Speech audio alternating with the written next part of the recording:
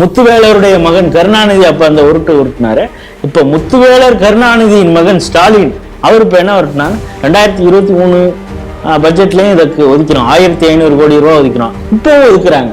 So அவங்க திட்டத்தை முடிக்கவே போறதில்லை, நிதியை மட்டும் ஒதுக்கிட்டு இருப்பாங்க. அதனாலதான் திராவிட மாடல் உருட்டு இந்த பட்ஜெட்.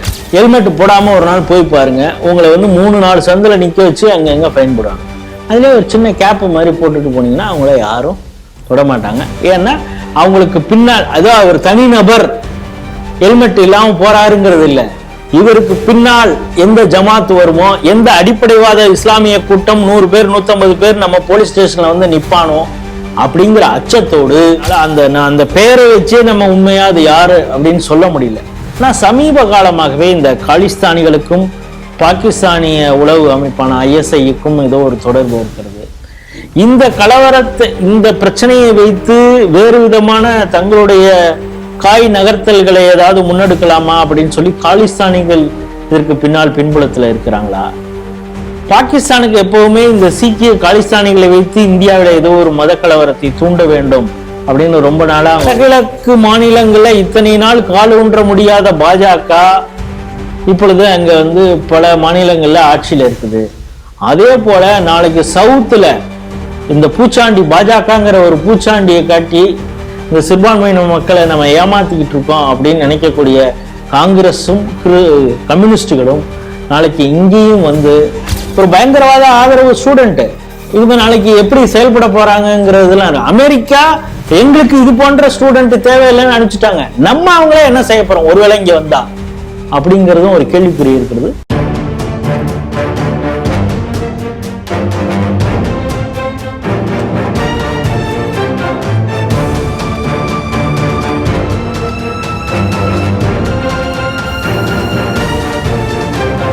CTV நேயர்களுக்கு வணக்கம். இன்றைய செய்திகள் சிந்தனை நிகழ்ச்சியில் உங்களை அன்புடன் வரவேற்கிறோம். முதலில் இன்றைய முக்கிய செய்திகளை பார்ப்போம். தமிழக பட்ஜெட் 2025 திட்ட இலக்கை விட முதல்வரை போற்றும் கவிதைகள் அதிகம். ரம்ஜான் காலத்தில் காவல்துறையினர் கனிவுடன் நடத்த வேண்டும். காங்கிரஸ் MLA ஹசன் மௌலானா. பொற்கோவிலில் சீக்கிய பக்தர்கள் மீது தாக்குதல் கலவரத்தை தூண்டும் சதியா? மிசோரமில் உள்ளாட்சி தேர்தலில் காங்கிரஸை மண்ணை கவ்வ வைத்த பாஜக. ஹமாஸ்க்கு ஆதரவாக செயல்பட்டதாக விசா திரும்ப பெறப்பட்ட ரஞ்சனி ஸ்ரீனிவாசன் அமெரிக்காவை விட்டு வெளியேற்றம். இன்றைய செய்திகள் சிந்தனை நிகழ்ச்சியில் கலந்து கொண்டு தனது ஆக்கப்பூர்வமான கருத்துக்களை பகிர்ந்து கொள்ள நம் அரங்கத்திற்கு வந்திருக்கும் ராஜேஷ் ராவ் அவர்களை CTV நேயர்கள் சார்பாக அன்போடு வரவேற்கிறேன். வணக்கம் சார். வணக்கம் சார். இன்றைய முதல் செய்தியாக 2025 தமிழக பட்ஜெட் திட்டங்களை விட முதல்வரை புகழ்ந்ததே அதிகமா இருக்கு சார். இந்த செய்தி எப்படி சார் பாக்குறீங்க? தமிழக பட்ஜெட் 2025 நிதியமைச்சர் தங்கம் தென்னரசு அவர்கள் சட்டசபையில தாக்கல் செய்தார். இந்த பட்ஜெட்டுக்கு முன்னாலேயே அந்த ரூபாய் அப்படிங்கிற சிம்பலை மாத்தினது அது பெரிய சர்ச்சையானதுன்னு பாக்குறோம். இந்த ரூபாய் சிம்பல் மாற்றங்கிறது ஒரு பிரிவினைவாதத்தை ஏற்படுத்தக்கூடிய ஒரு செயல் அப்படின்னு மத்திய நிதியமைச்சர் நிர்மலா சீதாராமன் அவர்கள் கண்டிச்சிருக்காங்க. இருந்தாலும் இதுல ஏதோ ஒரு பெரிய சாதனை செய்துட்டாக இவங்க மாறுதட்டினாங்க. சரி, இந்த பட்ஜெட் எப்படி இருக்கு அப்படின்னு பார்த்தா அது எப்பவுமே திராவிட மாடலுடைய உருட்டாகத்தான் இருக்கிறதுன்னு பார்க்குறோம். 2023 அவங்க என்ன சொன்னாங்களோ அதே பல திட்டங்கள் இப்பவும் உருட்டிக்கிட்டு இருக்கிறதையும் பார்க்குறோம். இதில் ஒன்றும் என்ன சொல்றாங்கன்னா, சமகர சிக்ஷா அந்த பள்ளி கல்விக்கு இந்த ஒருங்கிணைந்த அந்த திட்டத்திற்கு மத்திய அரசு 2152 கோடி ரூபாய் கொடுக்கணும், அது கொடுக்கல, அதை நாங்களே எங்களுடைய நிதியிலிருந்தே செலவு செய்ய போகிறோம் அப்படின்னு ஒரு மெகா உருட்டு ஒன்று உருட்டியிருக்காங்க. அது மட்டும் இல்லாமல் புதியதாக அரசு வேலையை இது பண்ணா 40,000க்கும் மேற்பட்டவர்களை பணியமர்த்த போறோம் அப்படின்னு சொல்றாங்க. அது குறித்து தான் சொல்லும் பொழுது அதிமுகவினரும் பலரும் எதிர்கட்சிகளும் சொல்ற குற்றச்சாட்டு, ஏற்கனவே TNPSC மூலம்தான் தேர்வு நடைபெறுகிறது. அவங்க ஆல்ரெடியே தேர்வு தேதிகள்லாம் 2025 என்னென்ன தேர்வு எந்தெந்த காலகட்டத்தில் நடக்க போகுதுங்கிறது அறிவிச்சுட்டாங்க. அந்த இதுல கணக்கு போட்டாலே 7,000க்கு மேல இல்லை. 7500 போஸ்ட்டுக்கு தான் இது வரைக்கும் அந்த அந்த எக்ஸாமினேஷனை டிஎன்பிஎஸ்சி கண்டக்ட் பண்ண போகுது. அப்படிங்கிறப்ப இந்த 42,000 52,000ங்கிறதுலாம் உருட்டு எப்படி நடக்கும் அப்படின்னு கேட்டிருக்காங்க. இன்னொன்று, இந்த பள்ளி கல்வித்துறைக்காக கிட்டத்தட்ட 55,000 கோடி ஒதுக்கியிருக்கோம். சென்ற ஆண்டு 44,000 கோடி அதோட கொஞ்சம் இன்க்ரீஸ் பண்ணியிருக்கோம் அப்படிங்கிறது பண்ணுறாங்க. அதில் மலைவாழ் பகுதியில எல்லாம் அங்கே இருக்கக்கூடிய பள்ளிகளை எல்லாம் தரம் உயர்த்த போகிறோம் அப்படின்லாம் சொல்லியிருக்காங்க. பல மலைவாழ் பகுதிகளுக்கு ரோடே இல்லை, அவங்க இறந்து போனாங்கன்னா இல்லை ஹாஸ்பிட்டலுக்கு எடுத்துகிட்டு போனாங்கன்னா டோலியில் வச்சு எடுத்துகிட்டு போகிற நிலைமையில இருக்குது அப்படிங்கிறத பார்க்குறோம். ஸோ இது போல இந்த கல்வித்துறை ஒரு பக்கம் அவ்வளவு சீரழிஞ்சிருக்கு. அடுத்தது இன்ஃப்ராஸ்ட்ரக்சர் டெவலப்மெண்ட்டை செய்ய போகிறோம் அப்படின்னு சொல்லியிருக்காங்க. ஒன்றும் சொல்ல போனால் இவங்களுக்கு நிறைய இந்த பில்டிங் இது மாதிரி ஏதோ ஒன்று கட்டினா நிறைய கான்ட்ராக்ட்லாம் கிடைக்கும். அதனால ஃபுல்லாக கன்ஸ்ட்ரக்ஷன் தான், கான்ட்ராக்ட் தான் அப்படிங்கிறத இந்த பட்ஜெட்டை பார்த்தாலே தெரியும். திருவான்மியூர்லேருந்து உத்தண்டி வரைக்கும் மேம்பாலம் கட்ட போகிறோம், அது கிட்டத்தட்ட 2100 கோடி ரூபா அதுக்காக ஒதுக்க போகிறோம் அப்படின்னு. அதுக்கப்புறம் கிண்டியிலேருந்து குருநானக் காலேஜ் வரைக்கும் ஒரு பிரிட்ஜு கட்ட போகிறோம், அதுக்கு 310 கோடி ரூபா அதுக்கு நிதி ஒதுக்க போகிறோம் அப்படிங்கிறாங்க. 2100 கோடி ரூபா இருக்கு. திருவான்மியூர்லேருந்து உத்தண்டிலேருந்து 13 கிலோமீட்டருக்கு எப்படி இவங்க செலவு பண்ணுறாங்கன்னு. இதே நேரத்தில் துவாரகா டெல்லியில் அந்த ரோடு போட்டப்ப 18 கோடியில் இதை முடிச்சிடலாம், 1000 கோடிகளில் இவங்க செலவு பண்ணுறாங்க அப்படின்னு இதே திராவிட மாடல் உருட்டுனுச்சு. அதை வச்சு இங்கே இருக்கக்கூடிய மீடியாக்கள்லாம் வச்சு டிபேட்லாம் பண்ணாங்க, எப்படி கொள்ளையடிக்கிறார்கள் பாருங்கன்னு. இப்போ இங்கேருந்து 13 கிலோமீட்டருக்கு 14.5 கிலோமீட்டருக்கு எதுக்கு 2100 கோடி ரூபா செலவு பண்ணோம்? அப்படின்னா 1 கோடி ரூபா 1 கிலோமீட்டருக்கு எவ்வளோ கோடி செலவு பண்ண போறீங்க அப்படின்னு கேட்கலாம், நம்மளும் கேட்கலாம். ஆனால் இவங்களுக்கு அந்த இதில் கான்ட்ராக்டில் என்ன கமிஷனு இதெல்லாம் வச்சு தான் எல்லாத்தையும் பேசுவாங்க. அப்புறம் அதில் பார்க்குறோம் எப்பவும் போல, ஏன்னா அது பல ஆண்டுகளாக எப்படி திராவிட மாடல் எப்போ ஆரம்பிச்சதோ அப்பையிலேருந்தே ஒரு உருட்டு என்னன்னா, அடையாறு இந்த கூவத்தை நாங்கள் சுத்தப்படுத்தி அதில் படகு போக்குவரத்தை விட்டு சுற்றுலாவே மேம்படுத்த போகிறோம், அந்த சாக்கடை மாதிரி ஆகிப்போச்சு, அதை நாங்கள் கிளீன் பண்ணி எல்லாம் பண்ணோம். அதுக்கப்புறம் அதுக்கு ஒதுக்குன நிதி என்னாச்சுன்னா அதில் முதல்ல இருந்தது, அதனால அந்த தூய்மை பணியை ஒழுங்காக செய்ய முடியலன்னா முத்துவேலருடைய மகன் கருணாநிதி அப்ப அந்த உருட்டுனாரு. இப்ப முத்துவேலர் கருணாநிதியின் மகன் ஸ்டாலின் அவர் இப்ப என்ன உருட்டுனாரு, 2023 பட்ஜெட்லயும் இதுக்கு ஒதுக்கிறோம், 1500 கோடி ரூபாய் ஒதுக்கிறோம், இப்பவும் ஒதுக்குறாங்க. ஸோ அவங்க திட்டத்தை முடிக்கவே போறதில்லை, நிதியை மட்டும் ஒதுக்கிட்டு இருப்பாங்க. அதனாலதான் திராவிட மாடல் உருட்டு இந்த பட்ஜெட்னு.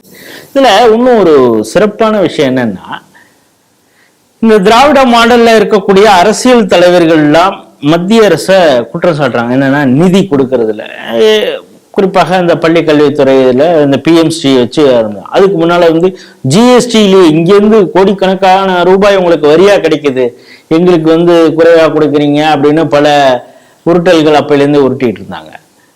இப்போ இந்த பட்ஜெட் தாக்கலுக்கு ஒட்டி உதயச்சந்திரன் அவர் தான் ஃபினான்ஸ் செக்ரட்டரி, அவரு ஒரு பேட்டி கொடுக்குறார். அவர் என்ன சொல்றாருன்னா, நாங்க என்ன செலவு செய்கிறோமோ அதை பார்த்துட்டு மத்திய அரசு நிதி கொடுக்குது.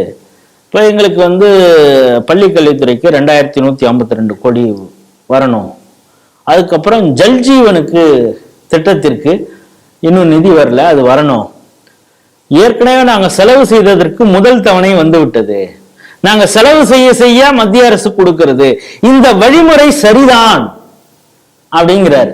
பினான்ஸ் செக்ரட்டரி என்ன சொல்றாரு, இந்த மெத்தடாலஜி கரெக்ட், நம்ம என்ன செலவு பண்றோமோ அதை மத்திய அரசு அப்படின்னா என்ன கணக்கு கேட்கிறாங்க, அந்த கணக்கு வர செலவு பார்த்துட்டு அவங்க அதுக்கப்புறம் நமக்கு ரிலீஸ் பண்றாங்க அப்படிங்கிற இந்த மெத்தட் கரெக்டும் அப்படிங்கிறார்.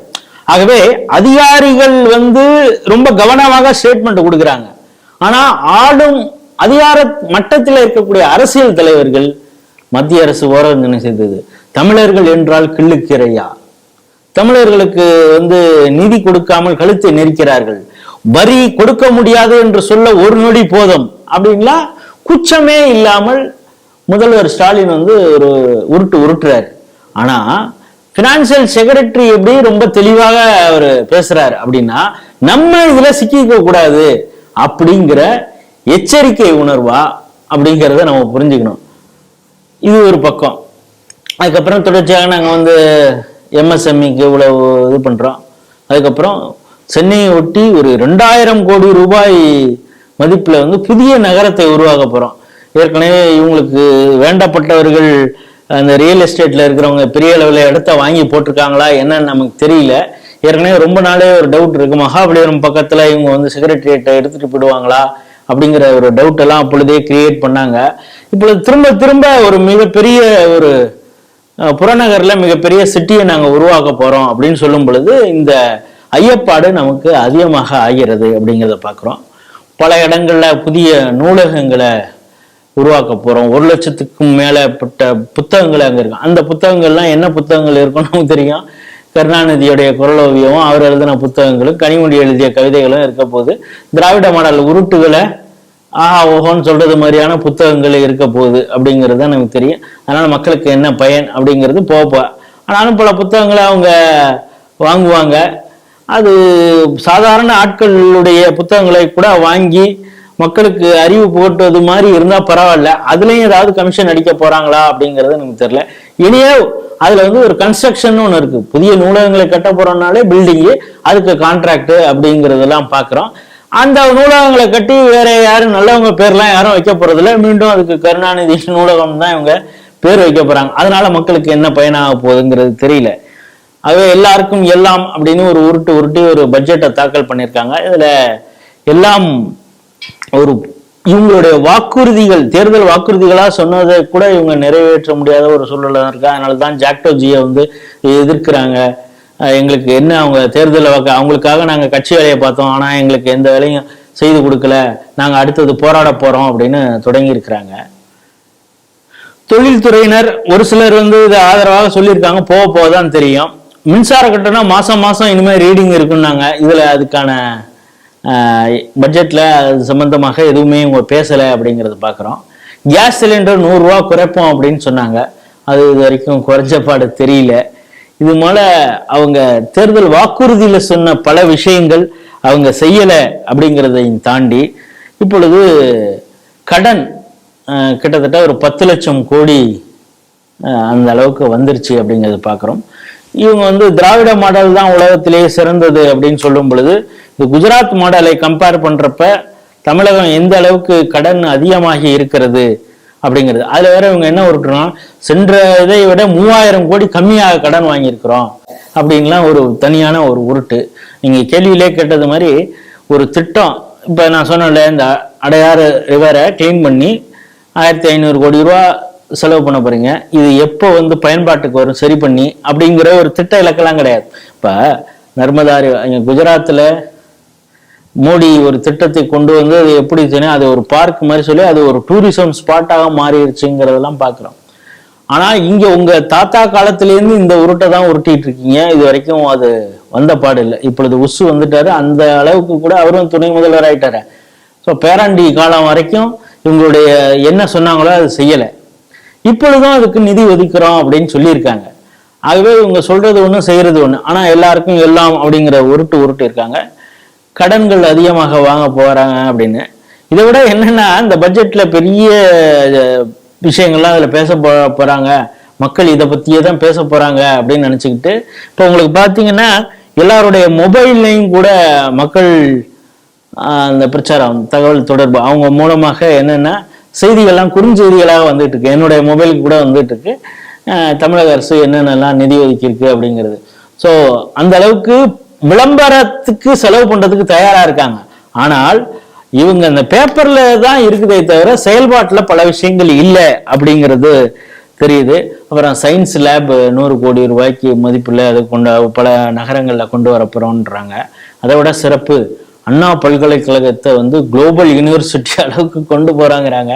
ஏற்கனவே யார் அந்த பிரச்சனை அண்ணா யூனிவர்சிட்டி வளாகத்திலே நடந்தது.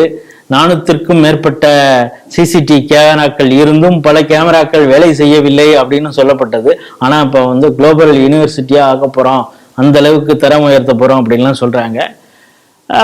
தொடர்ச்சியாக இந்த அரசின் மீது ஒரு குற்றச்சாட்டை சொன்னாங்க. இப்போ வந்து என்னன்னா ஒரு 20,000 பேருக்கு இந்த லேப்டாப் கிடைக்கிறதுக்கான ஏற்பாடு நடந்துகிட்டு இருக்கு அப்படிங்கிறது மாதிரி சொல்ல, மீண்டும் அந்த லேப்டாப் கொடுக்க போறோம் அப்படிங்கிறது மாதிரி சொல்லிட்டு இருக்காங்க.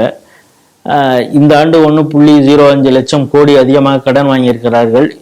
இது வந்து அடுத்த ஆண்டுல இன்னும் நமக்கு கடன் சுமை எவ்வளவு ஆகும் அப்படிங்கிறது தெரியல. ஏன்னா அவங்க தொடர்ச்சியாக மத்திய அரசோட முரண்டு பிடிச்சிட்டு நாங்க தனியாவே வெளிநாடுகளோடய நாங்க போட்டி போடுறோம். ஏன்னா நிதித்துறை செயலாளரும் அதான் சொல்லியிருக்காரு, ஜெர்மனி நாட்டுடைய மக்கள் தொகையும் தமிழகத்துடைய மக்கள் தொகையும் ஒண்ணு. பரப்பளவு பார்த்தீங்கன்னா கிரீஸ் நாட்டுக்கும் தமிழகத்துக்கும் அட்பார் இருக்குது. அதே போல பொருளாதார அளவு அப்படின்னா பின்லாந்து அளவுக்கு நம்மளோட இருக்கிறோம். மக்களின் வாங்கும் திறன் நெதர்லாந்து நாடு அளவோட நம்ம கம்பீட் பண்ணிட்டு இருக்கோம் அப்படின்னு. அதாவது இவங்க ஏற்கனவே சொல்லிட்டு இருக்காங்க, நாங்கள் மற்ற மாநிலங்களோட எல்லாம் நாங்க போட்டி போடல, வெளிநாடுகளோட தான் போட்டி போட்டுக்கிட்டு இருக்கோம்னு ஒரு உருட்டு பண்ணாங்க. அதை சப்ஸ்டான்ஷியேட் பண்றது மாதிரி வார்த்தை ஜாலத்துல இவங்க பல உருட்டுகளை உருட்டிட்டு இருக்காங்க.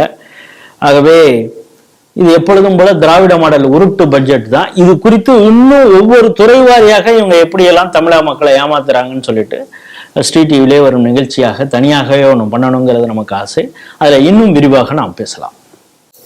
இரண்டாவது செய்தியாக, இப்போது ரம்ஜான் காலம், காவல்துறைகளெல்லாம் முஸ்லீம்கள் டூ வீலர் போகும்போதெல்லாம் ஃபைன் கீன் எதுவும் போடாம கொஞ்சம் கனிவுடன் இருக்கணும் அப்படின்னு காங்கிரஸ் எம்எல்ஏ ஹசான் மௌலான் சொல்லியிருக்காரு. இந்த செய்தி எப்படி சார் பார்க்குறீங்க?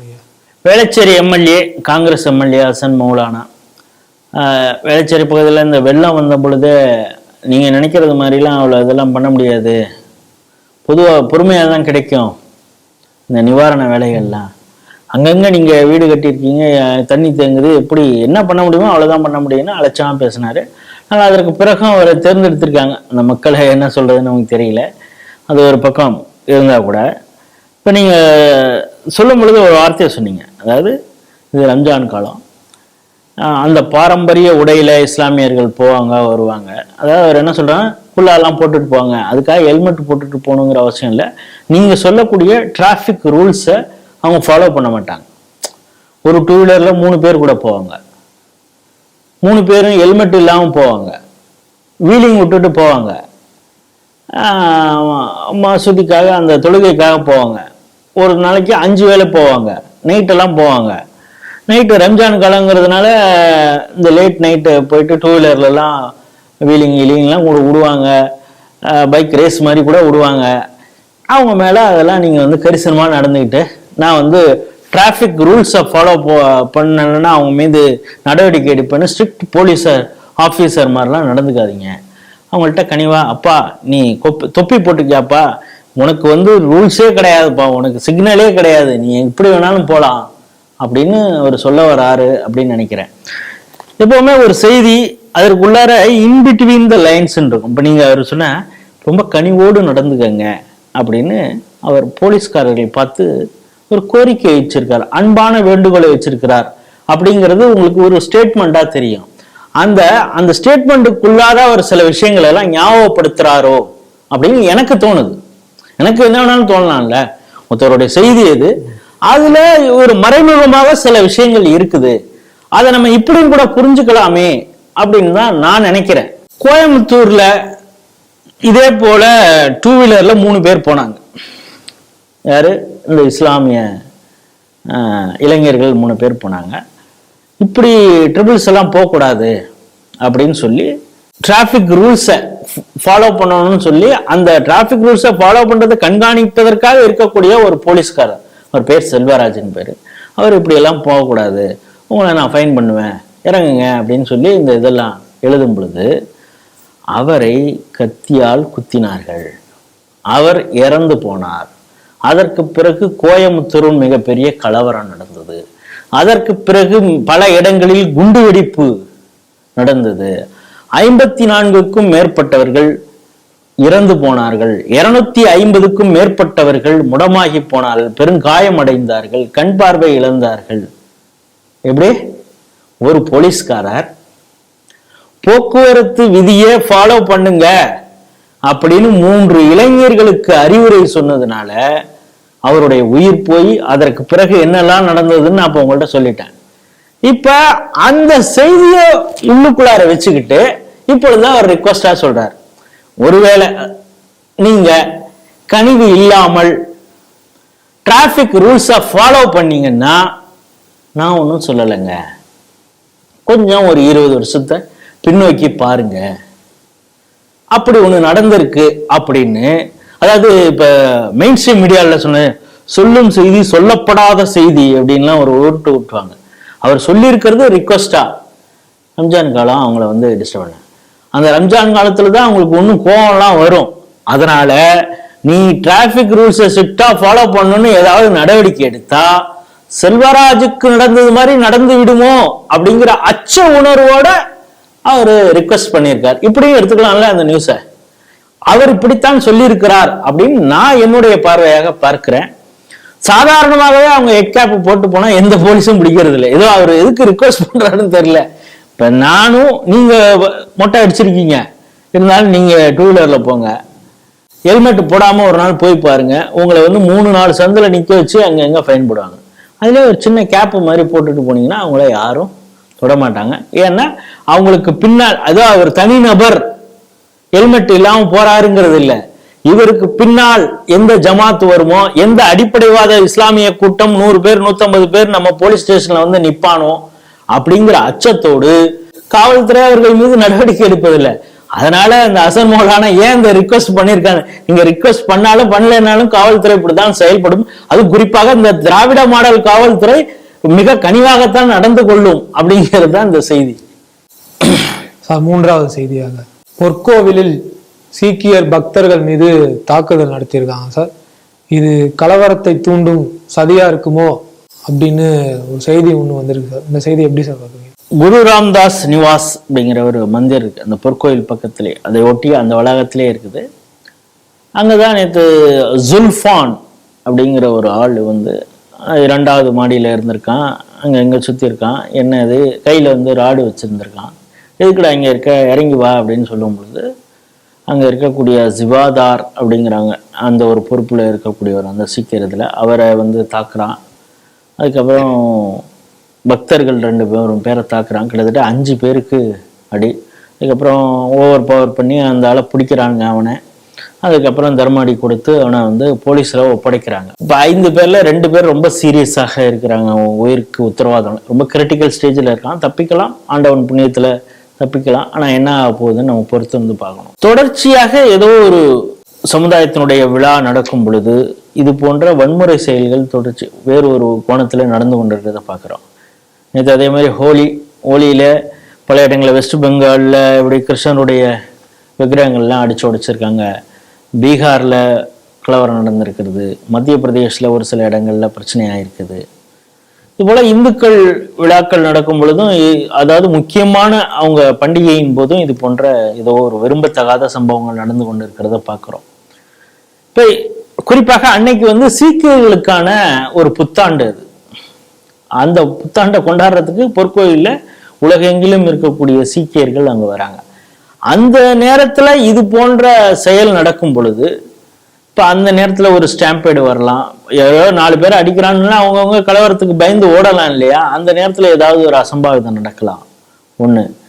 ஒருத்தன் அடிக்கிறத பார்த்துட்டு இன்னொருத்தவங்களும் கலவரத்துல ஈடுபடும் பொழுது இந்த செய்தியை வேற விதமாக கேட்டு அந்த சீக்கிய இதுலயே ரொம்ப பிடிப்பு இருக்கக்கூடியவர்கள் வேறு இடங்கள்ல இதே போன்ற வன்முறை சம்பவங்கள், அதாவது நம்ம பொற்கோயிலே ஒருத்தன் தாக்கிட்டான் அப்படின்னு சொல்லி அவங்க கலவரத்துல இறங்கினா என்ன ஆகிறது? ஸோ இதற்கு பின்னால் ஏதாவது ஒரு சதி திட்டம் இருக்கிறதா அப்படின்னு பாக்குறோம். ஜுல்ஃபான்ங்கிற பேர் இருக்கு, அவனுடைய பேக்ரவுண்டு பத்தி ஏதோ ஹரியானாவை சேர்ந்த ஒரு இளைஞன், அவன் ஒரு 3 நாளைக்கு முன்னாலேயே ஊர்ல இருந்து கிராமத்துல இருந்து கிளம்பிட்டான். இது வரைக்கும் தான் இப்போதைய இன்ஃபர்மேஷன். இது முழு விசாரணை செய்யப்பட வேண்டும் அப்படின்னு அந்த சீக்கிய அந்த குருத்வாரா பிரபந்த கமிட்டியிலிருந்து போலீசாரிடம் ஒரு கோரிக்கையாக வச்சிருக்கிறாங்க. முழு விசாரணையில் தான் இதற்கு பின்னால் இருக்கக்கூடியவர் யார் அப்படிங்கிறது தெரியும். அதனால அந்த பெயரை வச்சே நம்ம உண்மையா அது யாரு அப்படின்னு சொல்ல முடியல. ஆனா சமீப காலமாகவே இந்த காலிஸ்தானிகளுக்கும் பாகிஸ்தானிய உளவு அமைப்பான ISIக்கும் ஏதோ ஒரு தொடர்பு இருக்கிறது. இந்த கலவரத்தை, இந்த பிரச்சனையை வைத்து வேறு விதமான தங்களுடைய காய் நகர்த்தல்களை ஏதாவது முன்னெடுக்கலாமா அப்படின்னு சொல்லி காலிஸ்தானிகள் இதற்கு பின்னால் பின்புலத்துல இருக்கிறாங்களா? பாகிஸ்தானுக்கு எப்பவுமே இந்த சீக்கிய காலிஸ்தானிகளை வைத்து இந்தியாவில ஏதோ ஒரு மத கலவரத்தை தூண்ட வேண்டும் அப்படின்னு ரொம்ப நாளா அவங்க வெயிட் பண்ணிட்டு இருக்காங்க. அதை செயல்படுத்தணும் அப்படின்னு பாக்குறாங்களா அப்படின்னு தெரியல. குறிப்பாக இந்த சீக்கிய சமுதாயத்தை இந்தியாவில வந்து மீண்டும் அவர்களை அந்த காலிஸ்தானி உணர்வோடு செயல்படக்கூடிய வகையில அவங்கள கொண்டு செல்லணும் அப்படின்னு காங்கிரஸ் உள்பட எதிர்கட்சிகள் செயல்பட்டுக்கிட்டு இருக்கிறத பாக்குறோம். சீக்கியர்களுக்கு இங்க வந்து பாதுகாப்பு இல்லை அப்படி இப்படின்லாம் ராகுல் காந்தி உருட்டுறதை பாக்குறோம். ஸோ இந்த சூழ்நிலையை வைத்து பார்க்கும் பொழுது இதற்கு பின்னாலே ஏதாவது ஒரு சதி இருக்கிறதா அப்படின்னு ஆய்வு செய்ய வேண்டிய கட்டாயத்தில் இருக்கிறோம். மத்திய உள்துறை அமைச்சகமும் இது கூர்ந்து கவனிக்கும் அப்படின்னு கேட்கலாம். இது ஏதோ ஒரு சின்ன இன்சிடென்ட் அப்படிங்கிறத பார்க்க முடியாது. இதற்கு பின்னால் யார், இந்த ஆளுக்கு பின்னால் யார் இருக்கா, யார் அந்த சார் அப்படிங்கிறது மாதிரி இந்த ஆளுக்கு பின்னால் எந்த அமைப்பு இருக்கிறது, இல்லை வந்து ஒரு லோன் உல்ஃப் மாதிரி இருக்கிறானா யார் அப்படிங்கிறதுல உரிய விசாரணைக்கு பின்னால் தான் தெரிய வரும். நம்ம பொறுத்திருந்து அதை ஃபாலோ அப்பா அந்த செய்தியை நம்ம பேசலாம். 4வது செய்தியாக, மிசோரமில் உள்ளாட்சி தேர்தலில் காங்கிரஸை மண்ணக்கவ வச்சிருக்கு பாஜக. இந்த செய்தி எப்படி சார் பார்க்குறீங்க? மிசோரம்ல குறிப்பாக இந்த செக்மா கவுன்சில், இண்டிபெண்டன்ட் கவுன்சில், அதில் 88 இடம் அந்த சிவிங்கிற போஸ்ட்டுக்கு நடந்திருக்குது. அதில் வந்து 66 பாஜக வெற்றி பெற்றிருக்கிறது. அதுக்கப்புறம் மிசோரம் அந்த ஃப்ரண்ட் அவங்க சீட்டு இது பண்ணியிருக்காங்க. அதற்கு ஏற்கனவே இருந்த ஆட்சியில் இருந்த அந்த கட்சி கொஞ்சம் வாங்கியிருக்குது. காங்கிரஸ் இதில் மிகப்பெரிய அளவே மண்ணை கவ்வி இருக்கிறது அப்படிங்கிறத பார்க்குறோம். சுதந்திரத்திற்கு பின், இத்தனை ஆண்டுகளுக்கு பின் மிகப்பெரிய வெற்றியை பாஜக அங்கே கைப்பற்றி இருக்கிறது. எப்பவுமே என்ன சொல்லுவாங்க, எம்எல்ஏ எம்பி சீட்டில் ஒரு வகையில் பாஜக ஜெயிச்சிருச்சுன்னா அதில் வந்து ஓட்டிங் மிஷினை வச்சு என்னவோ பண்ணிட்டாங்க. அதுன்னு லோக்கல் பாடிங்கிறது தான் அந்த மக்களோடு கனெக்ஷனில் இருக்கிறது. அதில் வந்து நாங்கள் தான் டாப்பு அப்படி இப்படின்லாம் பல கட்சிகள் பல நேரங்களில் உருட்டோம். இப்போ சமீப காலமாக லோக்கல் பாடி எலெக்ஷன்லையும் பாஜக பல இடங்களில் வெற்றி பெற்று வருகிறது அப்படிங்கிறதும், அந்த வெற்றியை கூட மெயின் ஸ்ட்ரீம் மீடியாக்கள் பெரிய அளவில் பேசாமல் இருக்கிறார்கள். இதுவே இது உல்டாவா வேற மாதிரி ஆயிருக்குன்னு வச்சுங்க, அதை குறித்து எல்லா மீடியாக்களும் பேசும். ஆனா இப்ப கமுக்கமா இருக்காங்க. இப்ப சமீபத்தில் ஹரியானாவுடைய லோக்கல் எலெக்ஷன் நடந்தது. 10 மேயர் பதவி இருக்குது. அதுல 9 இடத்த வந்து பாஜக வெற்றி பெற்று, அது முக்கியமான சிட்டிஸ்ல எல்லாத்துலயுமே மேயர் அந்த பதவியை பாஜக கைப்பற்றியது. ஒண்ணுல மட்டும் மாற்று, அவரும் கூட இங்கேருந்து பிஜேபியிலேருந்து ரெபலா போனவர் அப்படின்னு சொல்றாங்க. ஸோ இந்த அளவுக்கு ஹரியானால லோக்சபா எலெக்ஷன் முடிஞ்சதுக்கு பிறகு இங்க வந்து அந்த ஜாட் பிரச்சனை, ரெஸ்லிங் இது பண்றவங்க பெரிய உண்ணாவிரதம்லாம் இருக்கிறாங்க, பாஜக பெரிய அளவிலே தோல்வி அடையும் அப்படின்லாம் சொல்லப்பட்ட இடத்துல பாராளுமன்ற தேர்தலும் முடிஞ்ச பிறகு இப்பொழுது நடந்த லோக்கல் பாடி எலெக்ஷன்லையும் மிகப்பெரிய அளவிலே வெற்றி பெற்றிருக்கிறது பாஜக. அப்படிங்கிறப்ப மக்களுடைய நம்பிக்கை இன்னும் பாஜகவின் மீது இருக்கிறது அப்படிங்கிற விஷயத்தை பார்க்கிறோம். அதே போல மத்திய பிரதேசிலையும் நடந்த பல லோக்கல் பாடி எலெக்ஷன், சமீபத்தில் நடந்த மகாராஷ்டிரா எலெக்ஷன், டெல்லியில் நடந்த எலெக்ஷன், இதெல்லாம் பார்க்கும் பொழுது தொடர்ச்சியாக பாஜக அந்த வெற்றியை நோக்கி சென்று கொண்டு இருக்கிறது. இன்னும் கிரவுண்ட், இந்த லோக்கல் பாடிங்கிறது தான் மக்களுடைய இமீடியட்டாக கனெக்ஷன்ல இருக்கக்கூடியது. அதிலும் இந்த ஹரியானா சொல்றது, இப்பொழுது வடகிழக்கு பகுதியான மிசோரம்லையும் மிகப்பெரிய வெற்றி பெற்று. இந்த மிசோரம்ங்கிறதுப்ப நம்ம ஏன் எக்ஸ்ட்ராவா இதை ஒரு செய்தியா எடுத்து பார்க்குறோம்னா, தொடர்ந்து இங்க ஒரு விஷயம் கட்டமைக்கப்படுகிறது. என்னன்னா, இஸ்லாமியர்களுக்கு எதிரானது பாஜக, கிறிஸ்தவர்களுக்கு எதிரானது பாஜக. இந்த தேசத்தை விரும்பக்கூடிய, இந்த தேசத்தின் மீது உள்ளார்ந்த அன்பு வைத்திருக்கக்கூடிய எல்லாரையும் பாஜக அரவணைக்கிறது. இப்ப மிசோரம்ல அதிக அளவுல கிறிஸ்டின்ஸ் இருக்காங்க, கொஞ்சம் புத்திஸ்ட் இருக்காங்க, முஸ்லீம்ஸும் கொஞ்சம் இருக்காங்க. இந்த இடத்திலேயே லோக்கல் பாடி எலெக்ஷன்ல பாஜக வெற்றி பெறுதுன்னா அப்படின்னா அவருடைய நம்பிக்கையை அங்க பெற்று இருக்குது. இத்தனை நாட்கள் அந்த கிறிஸ்தவர்களை நாங்க வந்து பைபிள் முறைப்படி இங்க ஆட்சி பண்ண போறோம் அப்படின்னு ராஜீவ்காந்தி அந்த நேரத்திலாம் சொல்லி ஒரு பசப்பு வார்த்தைகளால அந்த சிறுபான்மையினர் ஓட்டு வங்கி வச்சிருந்த காங்கிரஸ் இருந்து அந்த மக்கள், அதாவது பெரிய அளவில் மற்ற மாநிலங்களை விட பெரிய அளவிலே கிறிஸ்துவ மெஜாரிட்டி, இன்னும் சொல்ல போனா கிறிஸ்துவ மெஜாரிட்டி அதிகமாக இருக்கக்கூடிய ஆட்களே பாஜகவை விரும்பி தேர்ந்தெடுக்கிறார்கள் அப்படிங்கிற பொழுது இவங்களுக்கு ஒரு அச்சத்தை வருகிறது. அதனாலதான் தொடர்ச்சியாக இப்பொழுது அடுத்த அச்சம் அவங்களுக்கு எங்க இருக்குன்னா கேரளா. ஏன்னா கேரளால வந்து பெரும்பாதி முஸ்லீம்கள் இருந்தாலும் அந்த அளவுக்கு Syrian Christians, Malabar Christians, Catholic Christians, பல வகையான கிறிஸ்துவர்கள் இருக்கிறாங்க. அது ஒரு செட் ஆஃப் கிறிஸ்டியன்ஸ் வந்து பாஜகவின் மீது மிகப்பெரிய ஒரு அன்போடும் நம்பிக்கையோடும் கொஞ்சம் கொஞ்சம் வர ஆரம்பிச்சிருக்கிறாங்க. அதனால இப்போ வடகிழக்கு மாநிலங்கள்ல இத்தனை நாள் கால் ஊன்ற முடியாத பாஜக இப்பொழுது அங்க பல மாநிலங்கள்ல ஆட்சியில இருக்குது. அதே போல நாளைக்கு சவுத்துல இந்த பூச்சாண்டி பாஜகங்கிற ஒரு பூச்சாண்டியை காட்டி இந்த சிறுபான்மையின மக்களை நம்ம ஏமாத்திக்கிட்டு இருக்கோம் அப்படின்னு நினைக்கக்கூடிய காங்கிரஸும் கம்யூனிஸ்டுகளும் நாளைக்கு இங்கேயும் இந்த கிறிஸ்துவர்கள் ஒரு பக்கம் இந்த பக்கம் பாஜக பக்கம் சென்று விட்டால் நம்முடைய ஓட் பேங்க் என்ன ஆகுதுங்கிற ஒரு அச்சத்துல இருக்கிறதையும் பார்க்கிறோம். சமீபத்துல பல கிறிஸ்தவ எம்எல்ஏக்களாக இருந்தவர்களே பாஜக பக்கம் திரும்பதான் அவங்க பாஜகவில் மிகப்பெரிய பதவி அடைஞ்சிருக்கிற அந்த விஷயத்தையும் நம்ம பார்க்குறோம். ஏகே ஆண்டனுடைய பையன்லாம் பாஜக பக்கம் வந்தது, இப்போ எலெக்ஷனில் கூட கண்டெஸ்ட் பண்ணது, இதெல்லாம் பார்க்குறோம். ஆகவே கேரளாவில் அடுத்த ஒரு அச்சம் அவங்களுக்கு இருக்குது, கிறிஸ்துவர்கள் பாஜக பக்கம் நகர்ந்து விடுவார்களோ அப்படிங்கிறது. இந்த அச்சம் நல்லதுதான். அவருடைய நம்பிக்கை பெறுவதற்காக உண்மையாக வளர்ச்சி அப்படிங்கிற விஷயத்துல அவர்களும் இந்த நாட்டுடைய வளர்ச்சி தான் நமக்கு முக்கியம், மதத்தையும் கடந்து வளர்ச்சி, இந்த நாட்டுடைய தேசத்துடைய வளர்ச்சி முக்கியம் அப்படிங்கிறது அவர்களும் புரியும் பட்சத்துல எல்லா இடங்களிலும் பாஜக ஒரு ஏற்கும்படியான கட்சியாக மாறும் அப்படிங்கிறது தான் நம்முடைய பார்வை. சார், நிறைவு செய்தியாக ரஞ்சனி ஸ்ரீனிவாசனுக்கு அமெரிக்கா கொடுத்த ஸ்டூடெண்ட் விசாவை திரும்ப வாங்கினதுனால அவங்க உடனடியாக அமெரிக்கா விட்டு வெளியேறின வீடியோ ஒன்று வைரல் ஆகிட்டு இருக்கு. இந்த செய்தி எப்படி சார் பார்க்குறீங்க? அந்த ரஞ்சனி சீனிவாசன் அப்படிங்கிறவங்க கொலம்பியா யூனிவர்சிட்டியில் ஒரு பிஹெச்டி ஸ்காலர். அவங்க ஸ்டூடெண்ட் விசாவில் போயிருக்காங்க, F1 ஸ்டூடெண்ட் விசா. அதில் தான் அவங்க படிக்க போயிருக்காங்க.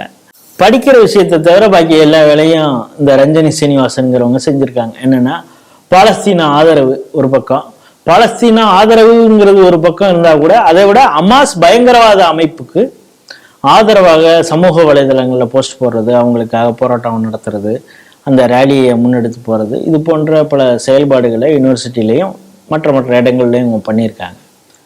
அமெரிக்காவை பொறுத்தளவு அங்கு ஒரு தடை செய்யப்பட்ட ஒரு அமைப்பு தான் ஹமாஸ்.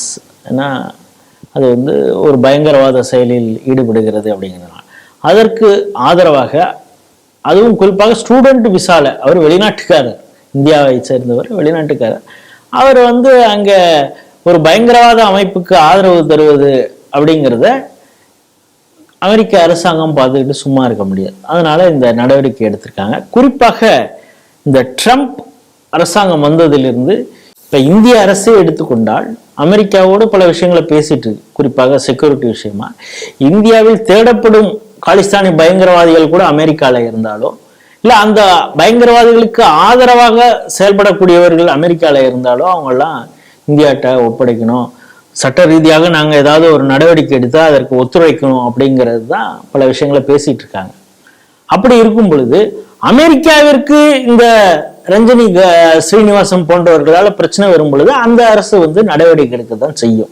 இதில் இன்னும் பார்த்தீங்கன்னா, இப்போ சமீப காலமாக பல யூனிவர்சிட்டியில, அமெரிக்காவில் யூனிவர்சிட்டியில ஜோ பிடன் ஆட்சியில ஹமாஸுக்கு ஆதரவாக, பாலஸ்தீனத்திற்கு ஆதரவாக எப்படிப்பட்ட போராட்டங்களை எல்லாம் முன்னெடுத்தாங்க பார்க்குறோம்.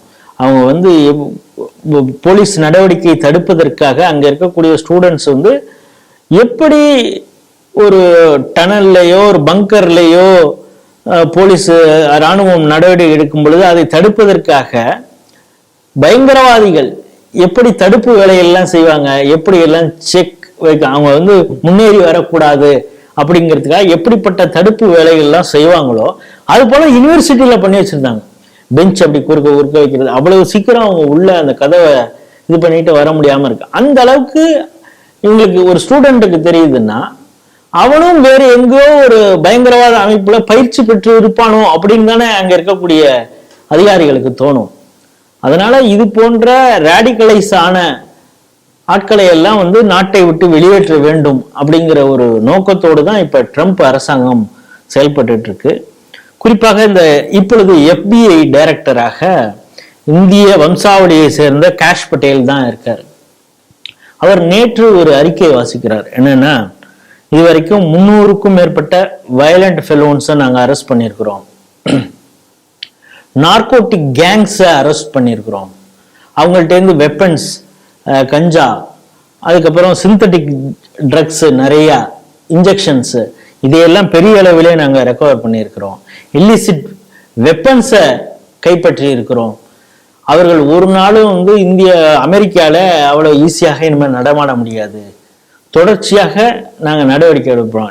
எங்களுடைய நோக்கம் என்னென்னா, பள்ளி செல்லக்கூடிய, கல்லூரி செல்லக்கூடிய பெண் குழந்தைகள் இல்லை ஆண் பையங்க இவங்க வந்து பாதுகாப்பாக போயிட்டு வரணும். ஸ்போர்ட்ஸு மைதானங்களில் இந்த குழந்தைங்களோ பெண் பிள்ளைகளோ சுதந்திரமாக விளையாடணும். அவங்களுக்கு எந்த ஒரு அச்சுறுத்தலும் இல்லாத சூழலை அமெரிக்காவில் ஏற்படுத்த வேண்டும். அதுதான் இந்த ட்ரம்ப் அரசாங்கத்துடைய நோக்கமாக இருக்கிறது. அது போன்ற வேலையை தான் நாங்கள் செஞ்சுட்டு இருக்கோம் அப்படிங்கிறாங்க. இப்போ நீங்கள் சொல்லும் பொழுது இந்த வீடியோ வைரலாக போயிட்டு இருக்கு அப்படின்னா, இந்த ரஞ்சனி ஸ்ரீனிவாசன்ங்கிறவங்க என்ன பண்ணியிருக்காங்க, அதாவது மார்ச் 5ஆம் தேதி அவங்களுடைய ஸ்டூடெண்ட் விசா F1 ஸ்டூடெண்ட் விசாவை ரிவோக் பண்ணிட்டாங்க அமெரிக்க கவர்மெண்ட். ஏன்னா இந்த அமாஸுக்கு ஆதரவாக இந்த அம்மா செயல்படுது அப்படின்னு சொல்லி. அதுக்கப்புறம் மார்ச் 11 இவங்க வந்து செல்ஃப் டிபோர்டேஷன் ஆகுறாங்க. எப்படின்னா, இப்போ அமெரிக்காவில் ஒரு வாய்ப்பு இருக்குன்னா, CBP ஹோம் ஆப் அப்படின்னு ஒன்று இருக்கு. இங்கே அப்பா செயலி மாதிரி இல்லை, அது வந்து ரொம்ப சீரியஸான ஒரு செயலி. அது CBP என்னன்னா கஸ்டம்ஸ் அண்ட் பார்டர் ப்ரொடெக்ஷன் அப்படி ஹோம் ஆப் அப்படின்னு. இது வந்து செக்யூரிட்டி இதை வந்து ஃபாலோ பண்ணுறாங்க. அங்கே இருக்கக்கூடிய ஹோம்லேண்ட் செக்யூரிட்டி இதை ஃபாலோ பண்ணுறாங்க. அதில் வந்து விவரமாக இந்த லேடி வந்து உடனே அந்த ஆப்பை பயன்படுத்தி அதில் இதை என்ட்ரு பண்ணிட்டு அவசரமாக, ஏன்னா ஓவர் ஸ்டே இருந்தால் இவங்க மீது நடவடிக்கை எடுக்கக்கூடிய ஒரு வாய்ப்பு இருக்குது. அதனால் இவங்க அந்த ஏர்போர்ட்டுக்கு செல்ஃப் டிபோர்டேஷன் ஆகிறத அந்த வீடியோவையும் காட்டி இந்த அம்மா கிளம்புற அந்த விஷயத்த வீடியோவாக போட்டிருக்காங்க. இப்போ இந்த ரஞ்சனி ஸ்ரீனிவாசன் மட்டும் இல்லை, இதே போல் வெஸ்ட் பேங்க், பாலஸ்தீனுடைய வெஸ்ட் பேங்க் அந்த பகுதியை சார்ந்த லிகா கொர்டியா அப்படிங்கிற அந்த பொண்ணும் வந்து நிறைய ஸ்டூடெண்ட் ஆக்டிவிட்டி, குறிப்பாக அமாஸுக்கு ஆதரவாகவும் பாலஸ்தீனத்திற்கு ஆதரவாகவும் இஸ்ரேலுக்கு எதிராக, குறிப்பாக ஜூஸ்க்கு எதிராக பல போராட்டங்களை எல்லாம் அவங்க பண்ணாங்க. அதனால அவங்க மீதும் ஓவர் ஸ்டே, அந்த அம்மாவுக்கு 2022 விசா முடிஞ்சிருச்சு, ஆல்மோஸ்ட் ஓவர் ஸ்டே. அந்த அம்மாவை நாடை விட்டு வெளியேற்றி இருக்கிறார்கள். ஆகவே ட்ரம்ப் அரசாங்கம் ஒரு சரியான பாதையை நோக்கி போயிட்டு இருக்கிறது.